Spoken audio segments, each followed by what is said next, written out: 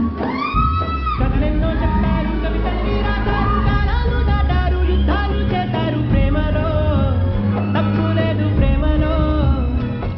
కథలెన్నో చెప్పారు, కవితల్ని రాశారు, కాలాలు దాటారు, యుద్ధాలు చేశారు ప్రేమలో, తప్పు లేదు ప్రేమలో.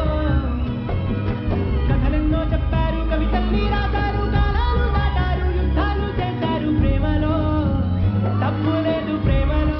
6573 రోజులకి 6574 రోజులకి తేడా ఒక్క రోజే. ఈ ఒక్క రోజులోనే ఒక వ్యక్తికి మైనారిటీ తీరుతుంది. ఒక రోజు ముందు చేసిన అత్యాచారానికి, ఒక రోజు తర్వాత చేసిన అత్యాచారానికి శిక్ష వేరువేరు. ఆ ఒక్క రోజులో అతని జ్ఞానంలో కానీ, అతని ప్రవర్తనలో కానీ పెద్దగా వ్యత్యాసం వచ్చే అవకాశం లేదు. కానీ శిక్ష విధించే విధానంలో మాత్రం చాలా తేడా ఉంది.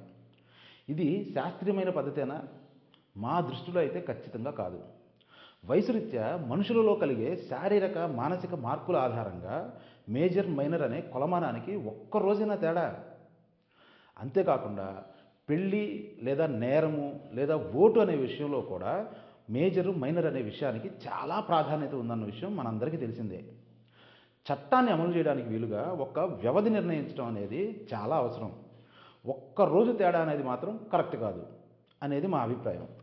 ఎందుకంటే 18 సంవత్సరాల నిండిన ప్రతి వ్యక్తిని మేజర్గా ప్రకటించి శిక్షించే ఈ చట్టానికి 18 సంవత్సరాల నిండే లోపు ఆ వ్యక్తిని అన్ని విషయాలలో మెచ్యూర్డ్గా ఆలోచించే విధంగా ఈ సమాజం, ఈ ప్రభుత్వం తీర్చిదిద్దుతుందా? లేదు కదా. 16 ఏళ్లకి 10వ తరగతి, ఆ తర్వాత జైలు లాంటి కాలేజీల్లో ఐఐటి, ఎన్ఐటి కోచింగ్లు ఇవన్నీ దాటుకొని ఒక సగటు విద్యార్థి సమాజంలోకి తొంగి చూసేసరికి 18 ఏళ్ళు వస్తున్నాయి. ఇక చట్టాల గురించి, న్యాయాల గురించి అవగాహన ఏమొస్తుంది వాళ్ళకి? అలా చట్టాల గురించి అవగాహన ఇచ్చి వాళ్ళని తీర్చిదిద్దలేని సమాజానికి, ప్రభుత్వాలకి ఈ కొలమానం ఉపయోగించి శిక్ష విధించడం ఎంతవరకు సమంజసం? ఒక చదువుకున్న వ్యక్తికి, చదువుకోని వ్యక్తికి తను చేసే పనులలో వ్యత్యాసం ఉండడం ఎంత సహజమో ఆ వ్యక్తులు చేసే నేరాల్లో కూడా వ్యత్యాసాన్ని చూడాల్సిన అవసరం లేదా?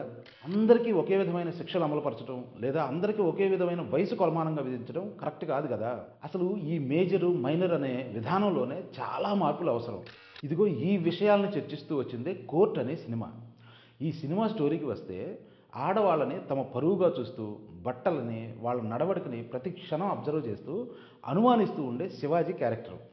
సీనియర్ లాయర్ అయిన సాయి కుమార్ దగ్గర జూనియర్ లాయర్గా పనిచేస్తూ సొంతంగా కేసు వాదించాలని తపనతో ఉండే ప్రియదర్శి.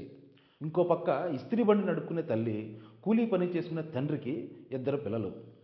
తండ్రి చదువుకోమని ఎంత చెప్పినా పట్టించుకొని ఆ కొడుక్కి శివాజీ అదుపాజ్ఞంలో ఉంటూ ఉండే మేనకోడలకి మధ్య ప్రేమ పుడుతుంది. ఈ అమ్మాయి ఒకరోజు బంధువుల ఇంట్లో పెళ్లికి వెళ్ళడం, అక్కడికి ఈ అబ్బాయిని పిలవడం, వీళ్ళు ఒక రూమ్లోకి వెళ్ళడం, అక్కడి కెమెరాల్లో ఇది రికార్డ్ అవుతుంది. ఈ విషయం తెలిసిన శివాజీ అతని మీద ఫోక్సో కేసు ఫైల్ చేస్తాడు. ఈ కేసు ప్రియదర్శికి ఎలా చేరింది, ఈ కేసుని ఎలా ఛేదించాడు, అసలు ఆ రోజు ఆ రూమ్లో ఏం జరిగింది, అసలు ఇలాంటి కేసుల్ని లాయర్లు ఎలా డీల్ చేస్తారనే విషయాలతో పాటు నేటి సమాజంలో పిల్లలు, వాళ్ళ ప్రేమలు లాంటి విషయాలను చర్చించి సమాజానికి ఒక చక్కని సందేశం ఇచ్చిన సినిమా ఇది. తప్పకుండా చూడండి. దీంతోపాటు ఈ మేజర్ మైనర్ వ్యవస్థలో రావాల్సిన కొన్ని మార్పులని ఈ సినిమాలో చర్చించారు. అలాగే మాకు తోచిన కొన్ని పరిష్కారాలను చూద్దాం. 1. 15-16 సంవత్సరాల నిండిన వ్యక్తులని మేజర్గా అర్హత పొందడానికి సమయం వచ్చిన వారిగా గుర్తించి ఒక 2 సంవత్సరాలు అతనికి లేదా ఆమెకి ప్రత్యేకమైన వయోజన విద్య నేర్పించాలి. అందులో నైతిక విలువలని, న్యాయ వ్యవస్థని, నిజాయితీని, సెక్సువల్ ఎడ్యుకేషన్ని బోధించి సరైన నాగరికులుగా తీర్చిదిద్దాలి. 2. 8, 9, 10 తరగతుల నుండే చట్టం గురించి, న్యాయ వ్యవస్థ గురించి అవగాహన కలిగించాలి.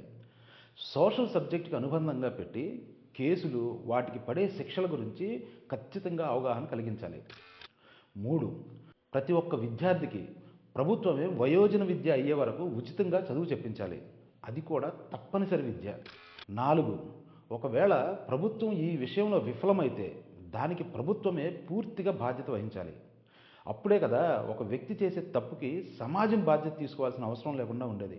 సమాజం గురించి, వ్యవస్థల గురించి, చట్టాల గురించి ఇలా ఏ అంశం పైన కూడా అవగాహన లేకుండా ఒక వ్యక్తి నేరానికి పాల్పడితే అది అతని జీవితాన్ని నాశనం చేస్తుంది.